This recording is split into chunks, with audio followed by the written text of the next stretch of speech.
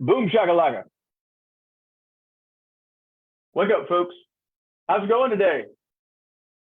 I'm expecting, so I'm in an opportunity where I have multiple screens so I can see if you guys call or like message, say anything to me. I am here. I'm here to listen. I would love to know that you're here. Please drop it in the comments. Hey, I'm coming to you from such and such. I'm coming to you from here, there, wherever. Because we got people all over the United States, and I don't know if we got anybody international yet, but that's okay. That's going to come down the road. In any event, I'm excited that you're here. So let me address a couple of things. Number one, if you didn't notice, here in the group, we changed the name. So I used to have just Spencer Uncensored up there, and every imaginable training video that I watch about growing your group, it literally said more than once, you need to make sure you update the name to match, right, what type of what you got going on. And this past weekend, I did a deep dive into a lot of this stuff, and I've been working on a lot of different things. Hello, everyone coming in. Well, we got a lot of our Miami friends in here. Yeah, from sunny Miami. Dan Sermon, tell us where you're from, buddy. I know where you're from, but not everybody else does. Drop it in the comments. So, by the way, I do operate with a large real estate company, but if you notice in my in the rules, right, I make sure that none of the opinions and things that I share are the opinions of those that I work with. So I just want to make sure that nobody gets all bent out of shape if I drop a cuss word here and there or something goes on. Okay, this is Spencer Uncensored, and is that way for a reason. For whatever, I can tell you right now, every this other group that I do on Wednesday nights with United Home Group, man, the more raw, the more rough I am. For some reason, the more they like it. So that kind of was the genesis for us to get started here. But anyway, let me get back on track. So we changed the name of this, right? My man Dan's from New Jersey, because we wanted the name of the group to kind of match what we were working on, and I had to come up with something fairly simple and clear. And wow, Dan's at a pizzeria in New Jersey watching snowfall. Well, Dan, it's like 80 degrees, and I'm in Miami right now. Take that for what it's worth.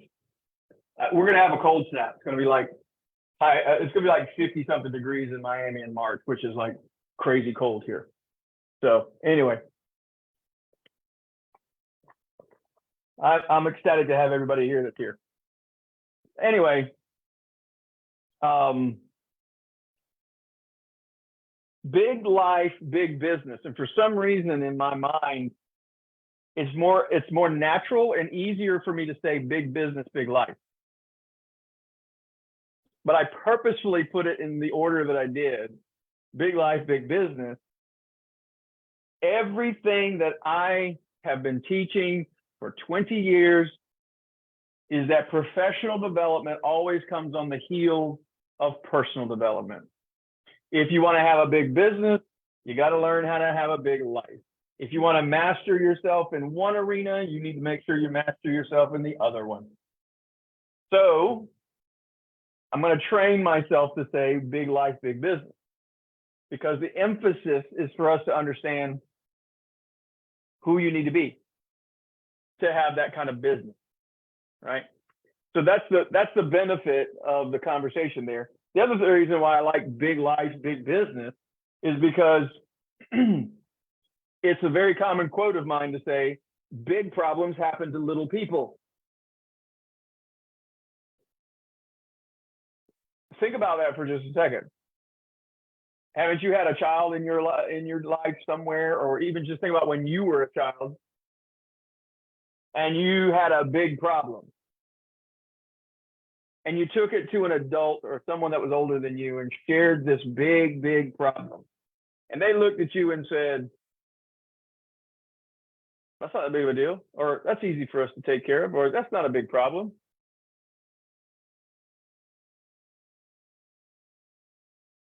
The purpose of what we're doing around here, everything I'm working on, is really focused on helping people become more, be more, do more, have more, so that they can have a bigger business.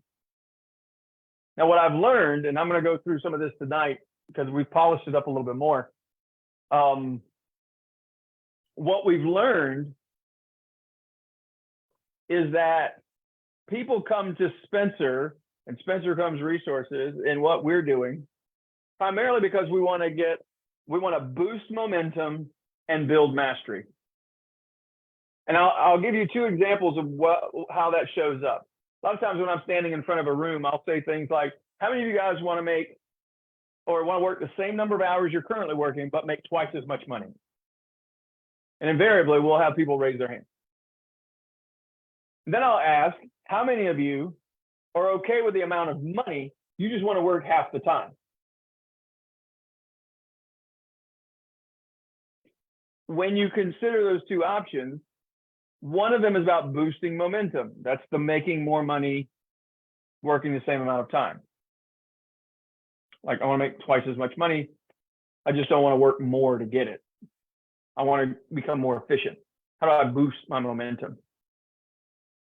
Mastery is a discussion of how do I systemize this process so that I make the same amount of money, but maybe I start working a little bit less, or I take my energy out of this particular business and put it into a different business. How do I do that? Many times when people come to me, they're looking for one of those two things. I want to make more money, or I want to get my life back. That's momentum and mastery. Personally, that's like that's the crown of the whole situation. I will often refer to that as a competitive edge, and that's where coaching comes into play, right? Helping people get to where they want to go, do what they want to do. And so we untie, we get things lined up and we help them grow from that perspective. What I have found, and I am like super excited about this. I'm gonna tell you why. I am excited about this because I have been working on this stuff for almost 20 years.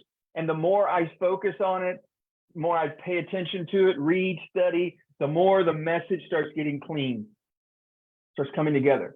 So at the top of this whole chain is the necessity for us to have that competitive edge. Make more money or give me my life back, one of the two. To do that, I have to take one step back with most people and help them do what I call untie the knot, or to alliterate this, I call it calibration. Now, some of you that are going to watch this have been with me before for the, hi, Deborah. Some of you have done what I used to call the Qualified Champions Mastermind. It's also known as the MF code, moving forward. For those of you that have a dirty mind, MF stands for moving forward. I mean, it could be the motherfucking code, but that sounds much cooler, but it's actually moving forward.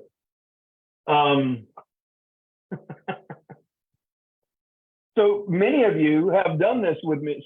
Several of you guys have done the moving forward or have done the Qualified Champions Blueprint. And we use that, guys, stick with me because this is exciting. People want to get this competitive edge. And most of the time people are using one of 4 patterns that we unwrap, we dig into in the Qualified Champions Blueprint or the MF code. We get this calibration going on. Here's the 4 patterns. Some of you are working on getting a better life, have a big life or a big business by being ultra positive.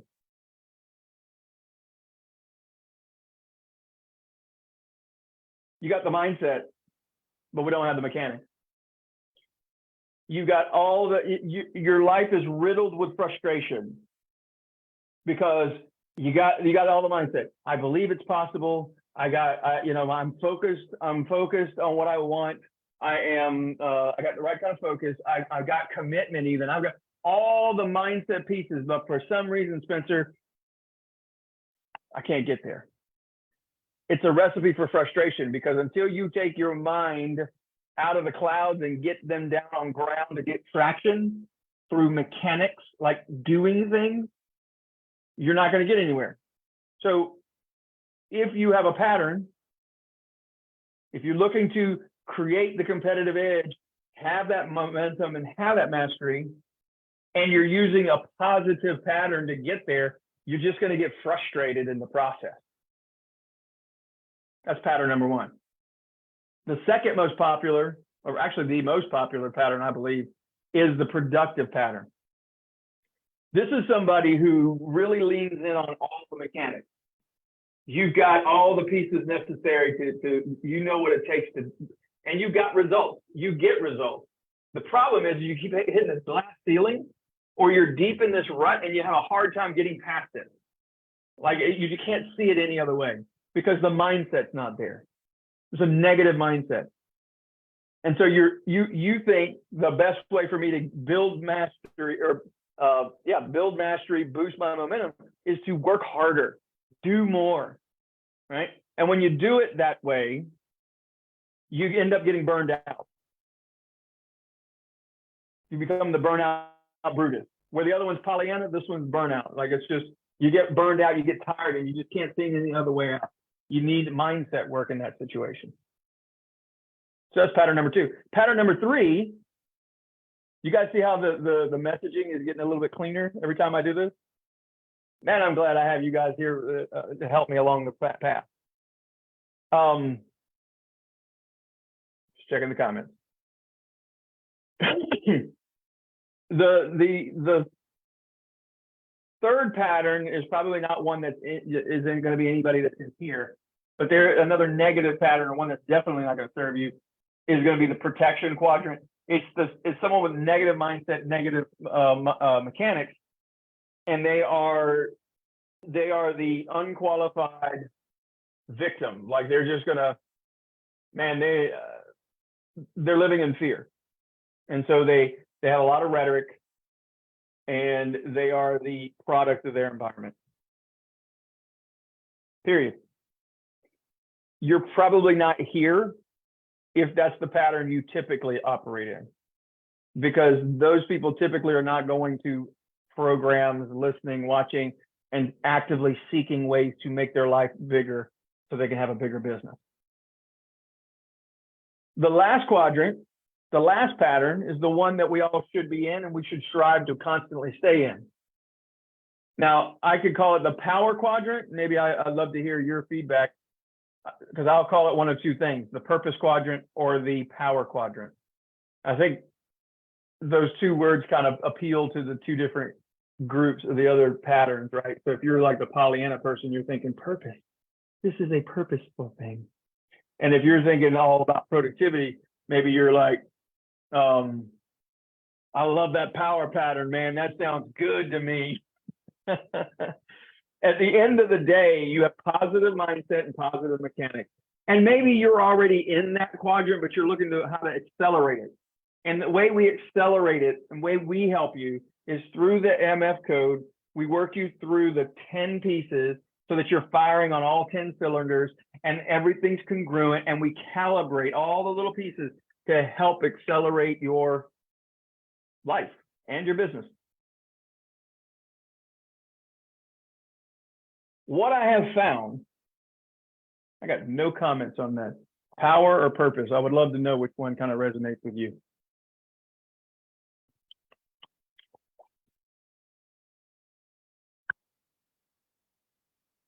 The interesting progression with this is that the calibration, usually people aren't willing to go through that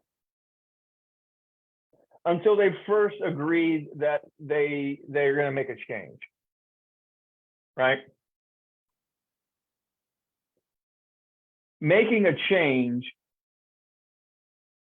is what it's going to take for someone to actually work on themselves. And so we call that a breakthrough usually. And that's where the 7 master steps. There are 7 steps. They all start with the letter C. And that honestly is where my business started in coaching. I developed the 7 master steps after having worked with so many people. Like what's step 1, step 2, step 3. And these are the steps it took to get the results necessary for someone to make the change necessary. And what's funny is change is one of the things that we are so adamant about fighting against. We're not wired for change. We don't like change. Yes, I get it. We like some variety in our lives. But the truth is, hold on a second. I'm going to turn that off. I'm sure you guys couldn't hear it. But anyway, we're not wired for change. Everything around you is designed to keep you exactly where you are.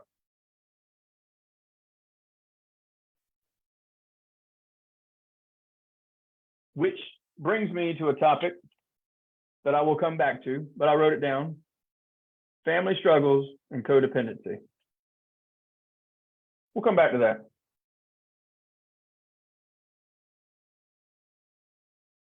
I know this is going to hit somebody tonight. But we are not necessarily set up for change, because the minute you make a change, people in your life around you are going to like question it. They're going to push back on it. You've done what? I don't know about that. No, oh, it's another one of those things. This guy, man, or okay, well, let me know how that goes, right? You tell some of your family, hey, I'm going to start this business over here. And they're like, what do you mean? You don't have health benefits? I know a whole lot of entrepreneurs that don't get their benefits through their employer because they're self-employed. They have to go and get their benefits like themselves. You're crazy. I don't know if that's a good idea. Is that a good idea?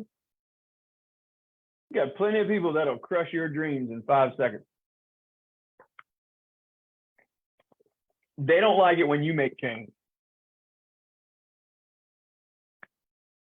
The breakthrough necessary to go get calibrated and upgrade your whole everything and move yourself into the momentum and mastery, all the things it takes to get someone to honestly change can cause friction.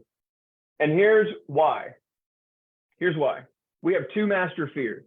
Some of you might have heard me say this before, but I'm going to remind everybody. 2 master fears. Any fear you have in your life, we can narrow it down to one of these 2 things. And I'm going to also remind you, by the way, if you're in a business that involves sales of some kind, your prospects, when they show some kind of fear, one of these 2 fears, it can be tied to one of these 2. Okay. One is, I call it power and presence, right? So one is the not being good enough. Now that also shows up in like, I don't know what to do next, or I'm not really sure what would I do in that situation, so I'm scared. Does that make sense? The fear comes from, I'm not good enough. I don't know that I can, right? So it's a lack of power, or I'm powerless. It's massive fear. The other master fear is a lack of presence. I would also refer to that as loneliness, or not having people in our lives. Don't underestimate that one. Even if you're the kind of person that's introverted enough and you're like, I'm good on my own. The truth is that you have certain key relationships in your life, and sometimes you're not willing to make the next step or do the next move because you're concerned about how it's going to impact a relationship. It got heavy tonight, didn't it?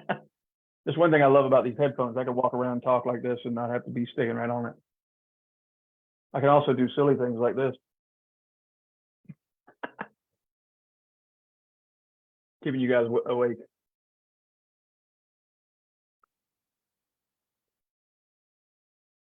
I don't know who I'm talking to tonight, but your fear of change is more than likely connected to one of those two things. I know I could go do this. I know I could have a bigger life. I could have a bigger business. I could do all these things, but you know what, Spencer?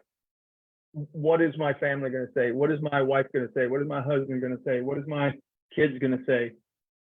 What are my mom and dad? What am I, right? My sister, my brother, we could go on and on.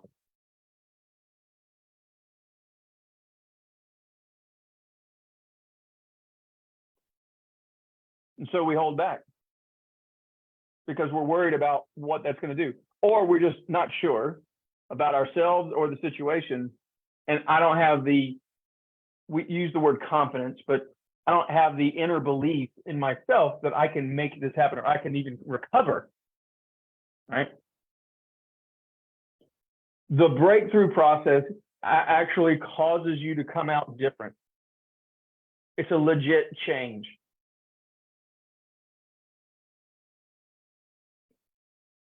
And yet there's one more step. So if I should probably get like a board in here and start like writing it on here so everybody can see the visual. I want the competitive edge, Spencer. I want to have a big life, big business. Well, let's calibrate. Let's make that happen. Let's figure out what pattern you're using, and let's get you much more into that purpose or power quadrant, right? The powerfully purposeful or the purposefully powerful quadrant. Let's figure that out.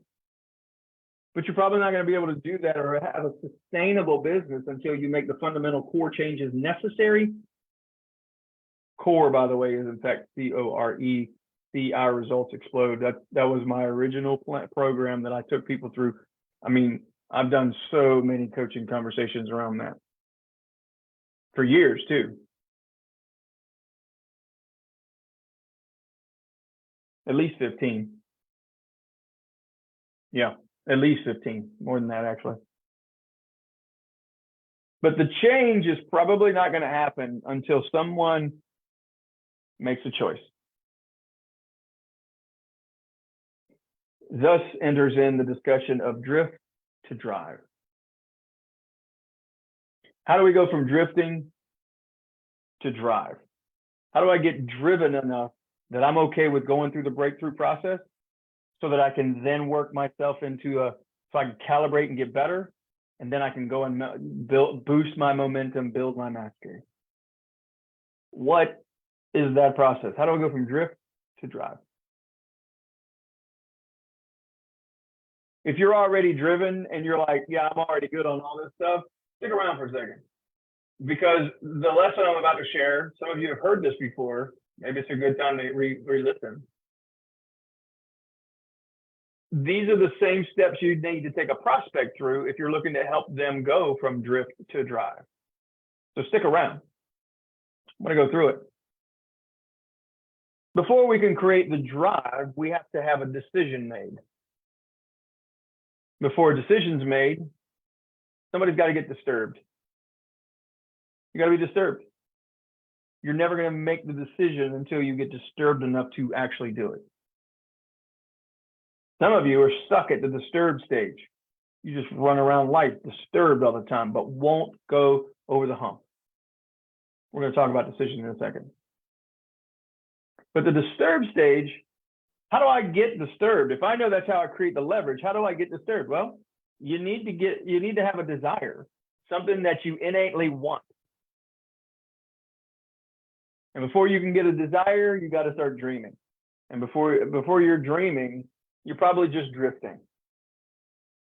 So we just went down that hole. Let's go back out. If you're drifting right now, you just kind of stumble across this video and you're like, okay, we're chilling. We're learning.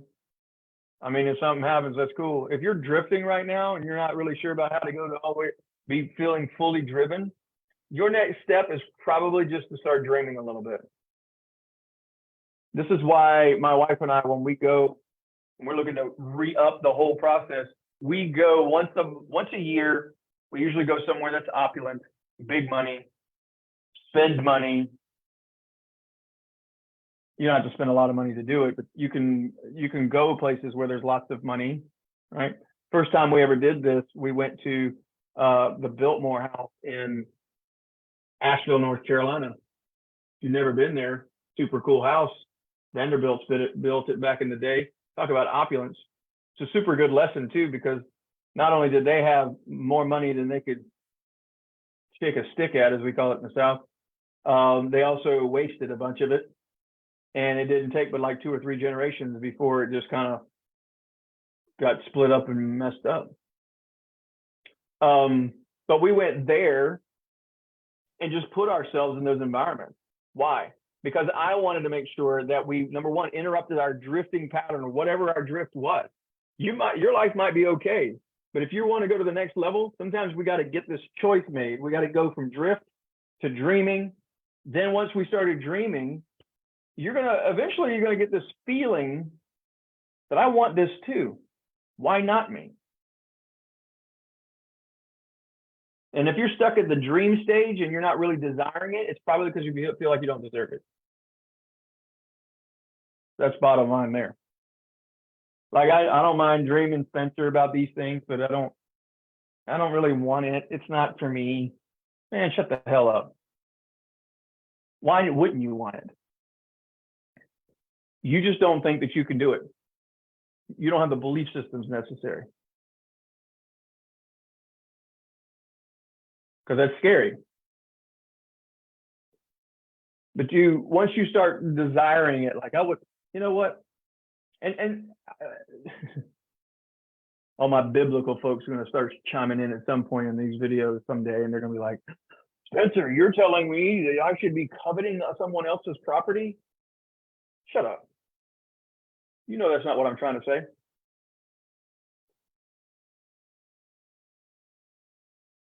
Why not you? Wealth is circulating all around you. Why not you?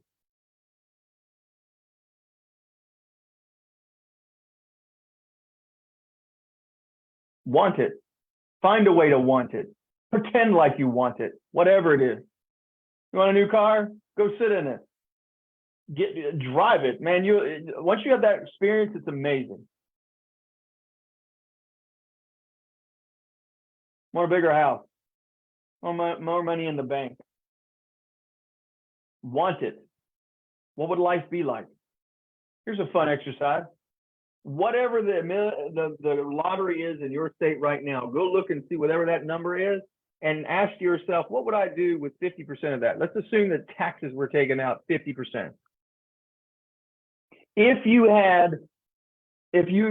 had a $20 million lottery, what would you do with $10 million today? So you know what you would do probably. And even if you didn't know, you have a semblance of idea. Get your mind going. That's how you do it. You dream. And then when you start dreaming, you'll start wanting it. You're like, I want it, but I don't want it. I want it, I don't want it. What you're afraid of is what's on the other side of desire. And if you've been taking notes, you know what that is.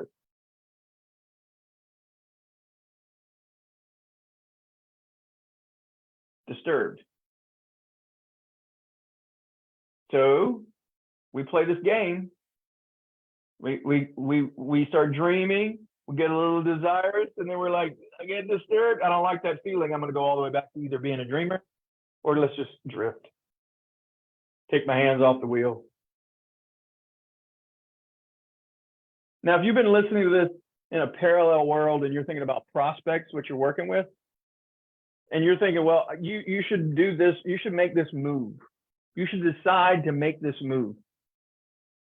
If they don't have a dream or a reason to bother, if you haven't gotten them disturbed about their current situation, whatever that is, whatever it is you're selling, right? A lot of the people that are in my comments here are real estate agents. So if there's a real estate discussion, if they don't ever get disturbed, they're never going to make a decision. Well, how do you get them disturbed?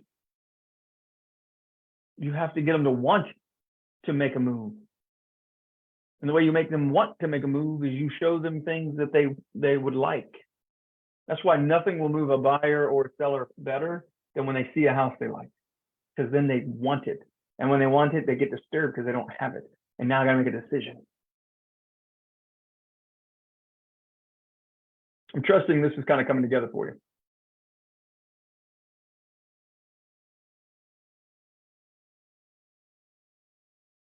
So once they get disturbed, they're now met with a situation where they have to make a decision. And a true decision, now I've got enough leverage.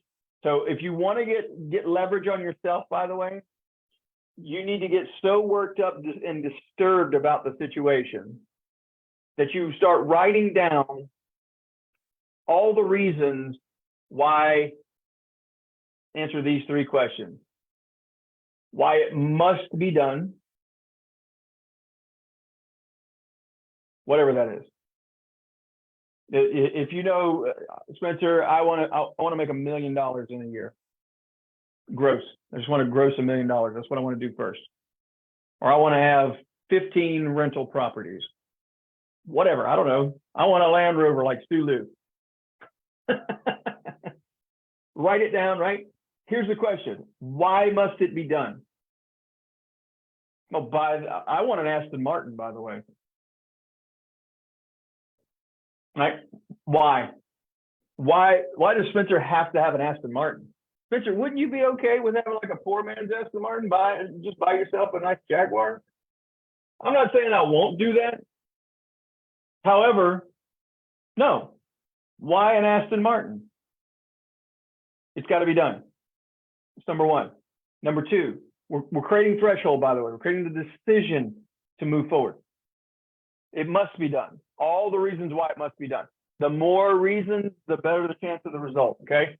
So reasons before results. So I'm going to write down all the reasons why it must be done. Number 2, why I have to do this. Nobody's coming to rescue you. Nobody else is going to do it for you. There's not a family member that can keep you from doing it.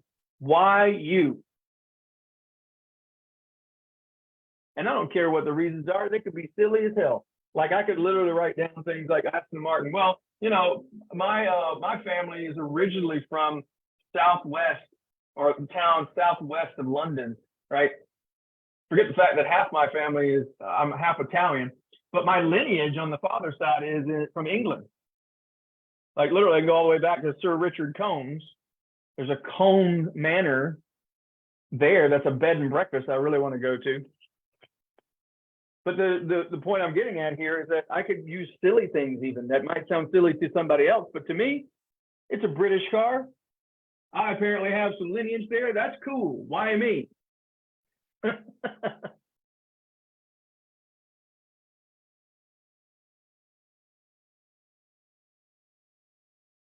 The third thing, write out reasons. Why now?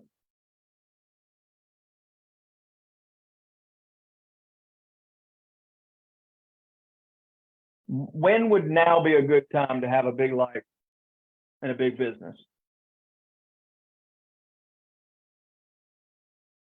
It's a legitimate question.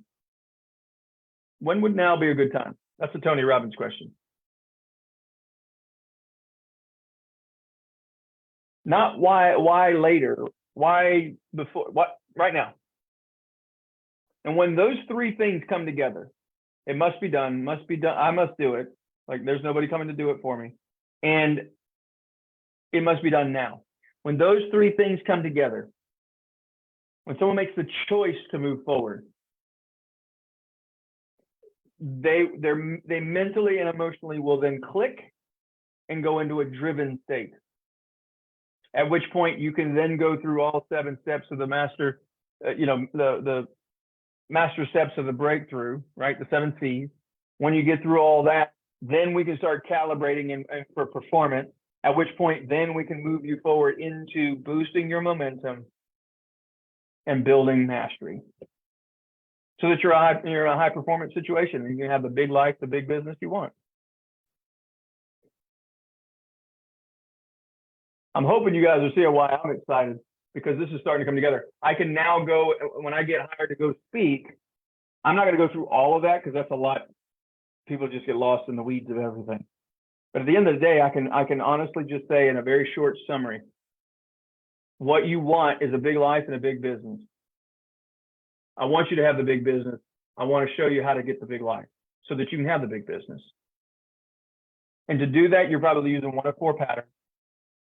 Let's talk about those 4 patterns. But the fact is that you'll probably never be able to get into any of this discussion until you first have a fundamental change with who you are and what you want. And that starts with a choice. So whether you're drifting, you're a dreamer, you're just constantly disturbed, until you learn and find your way to being driven, none of this happens.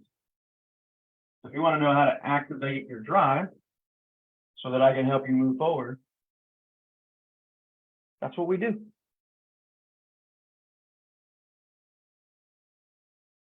Is this coming together? I hope it is for you, because you guys are my guinea pigs.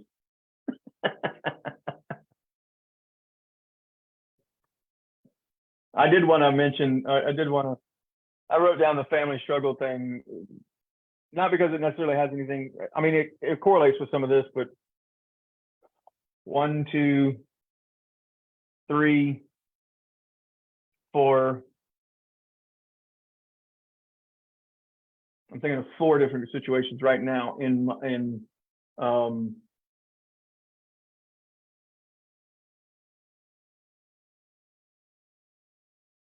that I've had multiple conversations with people about building their life, building their business. And whether they openly said it or whether it was a sidebar discussion that was implied, family was being used as a reason or a means to become a victim. Now, I don't want to belittle this because I recognize years ago, which is why I'm super familiar with it, that codependency, what it's actually called, codependency is rampant in this country. We find people to line up with, to merge with, and then we feel like we can't do something without them, or if I do it, it may affect them, therefore I don't want to do it. I don't want to hurt them, so I'm going to, and what happens is we end up with this constant homeostasis of mediocrity. Status quo.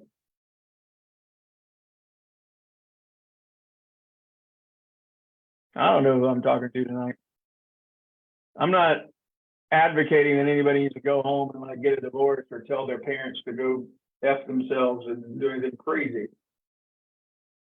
The conversation really is not about those people. The conversation is more about yourself. And the magic word that seems to be difficult for a lot of people is boundaries. How do we set them and how do we hold them? I know this conversation feels like it took a hard left turn, but people want to, have a big business. I got to have a big life. And if my life feels like it's suffocating me or constantly holding me back, like a barrel of crabs, right? The crab starts getting up out of the, and then they grab it, pull them down.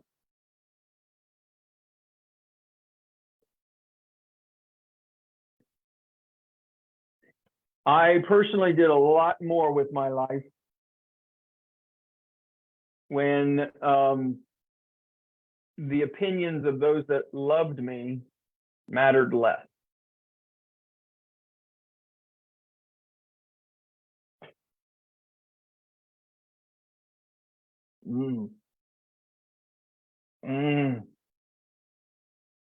Mattered to me, at least, less. I'm sure over time we'll start telling more of my story, but I'll give you a very small snippet of time that might help demonstrate how much of a codependency we had going on.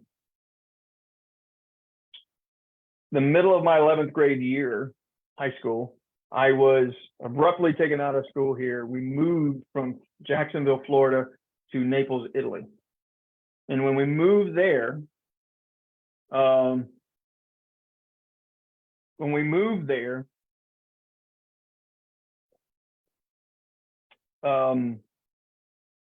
we were there in Italy, and I went to the NATO school till the summertime, and then we moved back, right? So we were basically in Italy for like 6 months, not that long. But when we moved back, I should have went to high school. Like I should have went back and finished my senior year, but instead I chose, and I don't know if I really chose as much. It was like, it would be better if you did this instead, Spencer. And I went and got my GED. Some of you guys don't know that. And yet I went and worked on a master's degree. So some of you guys are like, wait, what? Really? Yeah, I got a GED. I graduated a year early so that I could then go to work full time and help the family. Now, mind you, I was turning 18 that year.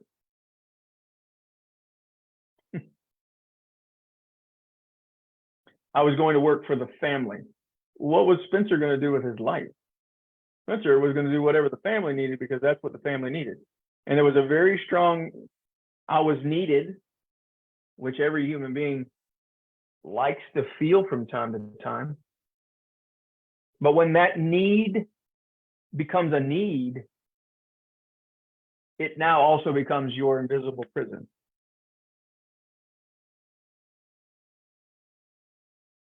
Oh my gosh, this is getting heavy.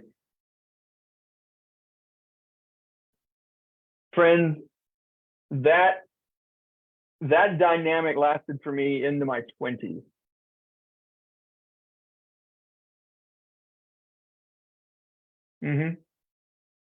Into my 20s, late 20s. And I don't know that I really, well, yeah, my divorce helped me with that. Okay. My divorce helped me with that whole process. And I think sometimes leverage, right? We were talking about change earlier, the choices that we make, that going from drift to drive.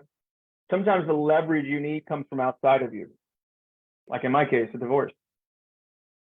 I don't know that my divorce really was a situation because of the codependency issue.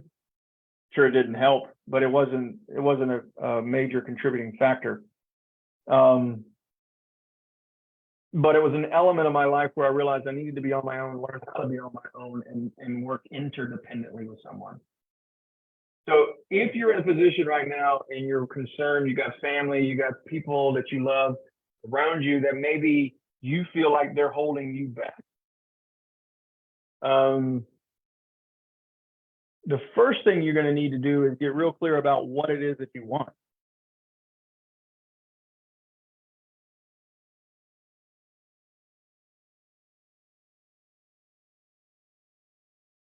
And start working on you.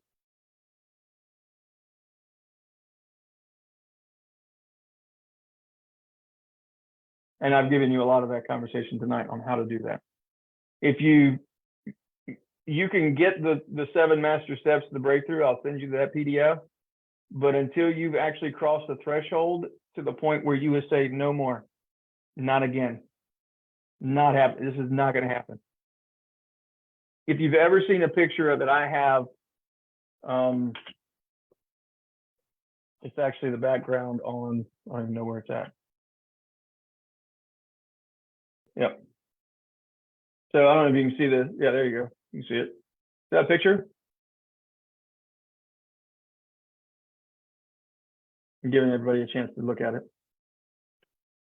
That is a recreation of a moment that I had where I went from drift to drive.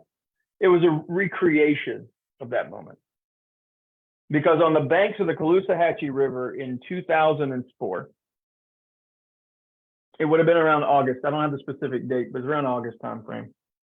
While out running my morning run in Cape Coral, Florida, by the way, there was an empty lot And I would often go to that empty lot because it was on the water on the Caloosahatchee River, and I would just stand there. And I've always loved waterfront, just standing and looking at water. And that particular day, I'd finally hit threshold. I didn't like the way my life was. I didn't want it the way it was. And I was standing there looking at the Caloosahatchee River, and I remember to myself thinking, that's it. I'm not doing this anymore. I'm going to take control of my life. I'm going to move this thing forward. I'm not going to be in this position again. Now, at the moment, I was staring, I was going to be having a divorce for sure, but it wasn't just the relationship issue. It was also the financial issue, the business issue, the family dynamics, all of it. I was determined to make a difference, change my life, drift to drive. The threshold moment happened for me. And I've had a couple of threshold moments. That's one of them, though. So several years later, my wife and I, my now wife, Amy, Amy, sorry. Amy and I, we went on a trip to Naples, Florida, and while we were going to Naples, I thought it would be kind of cool to go back to that spot. And so luckily for me, no one had built on that lot yet. Still, this would have been probably 2016, 17-ish, probably 16, 17. And anyway, we went back there. I told her that story. I asked her to please take a picture of me standing on the edge. So that's why I have that picture, is to remind me of that moment. Remember the mission. You're not again. Until you get to that spot, until the decision is made that you're going to move forward, you're going to struggle with all this ascension conversation. You can do bits and pieces of it. It sounds good. You'll have a mental massage. It's all nice and fun and warm and cool, mind-blowing at times. But for it to actually start showing up in your checkbook and in your relationships and in your health, it doesn't happen until you have a threshold moment where you say, nope, that's it. It's not going to be like this anymore. I'm moving forward.